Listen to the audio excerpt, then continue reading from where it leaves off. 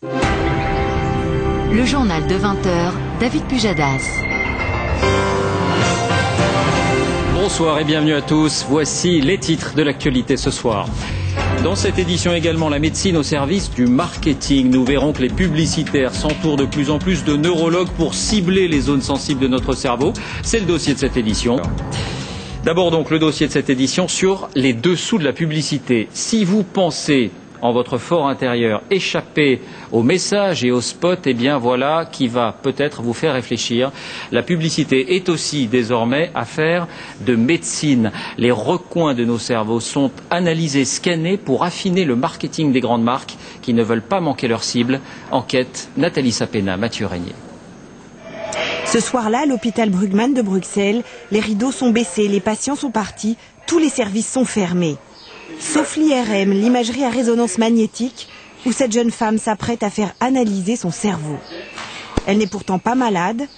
Sur l'écran qu'on lui installe, elle va visionner une publicité pour un soda pendant 45 minutes. C'est une IRM fonctionnelle dans un but marketing.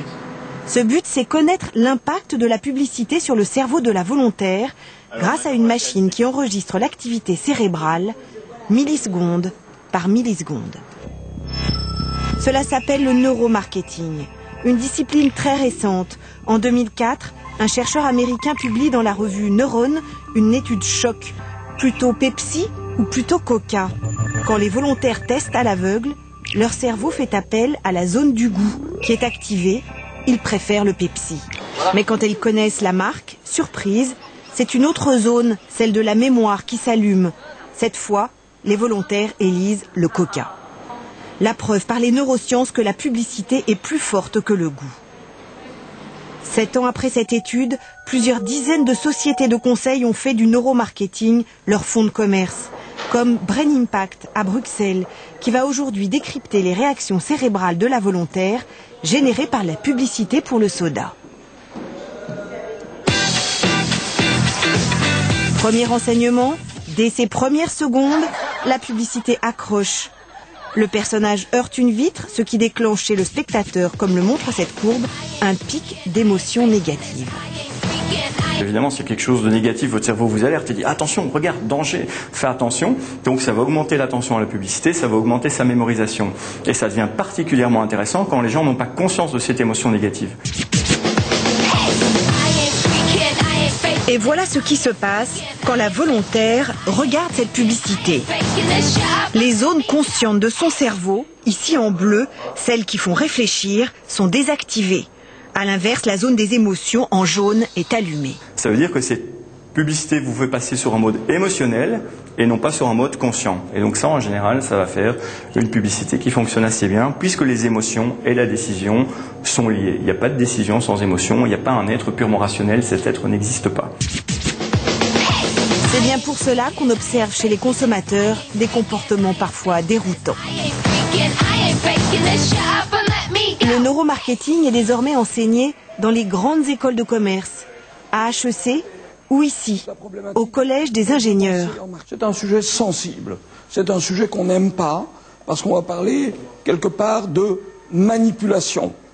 De manipulation, comment vendre des choses à des gens qui n'en ont peut-être pas envie, au rythme cardiaque. Le professeur est un neurochirurgien, fondateur d'une société de neuromarketing. C'est la même chose. Il conseille de grandes entreprises internationales et françaises.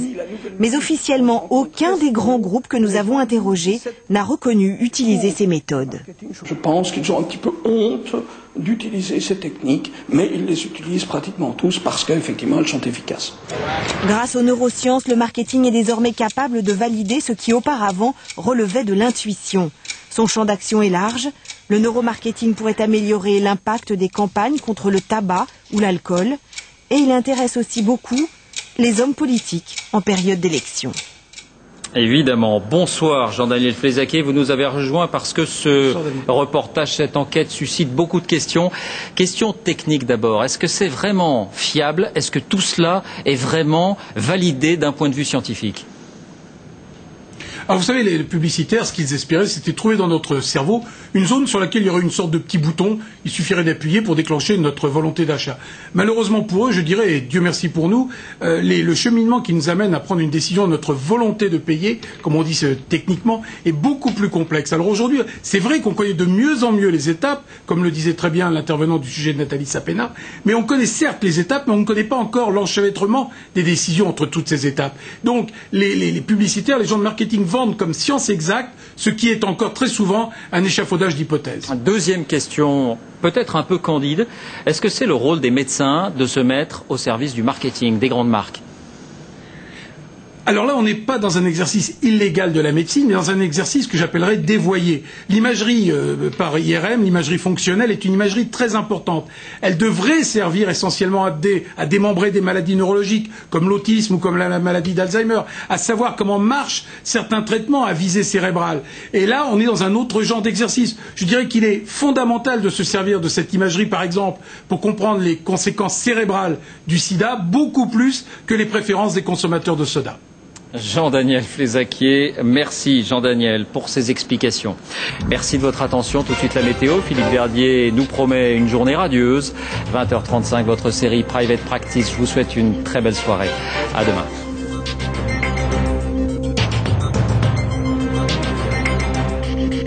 L'info en continu, c'est aussi sur France2.fr.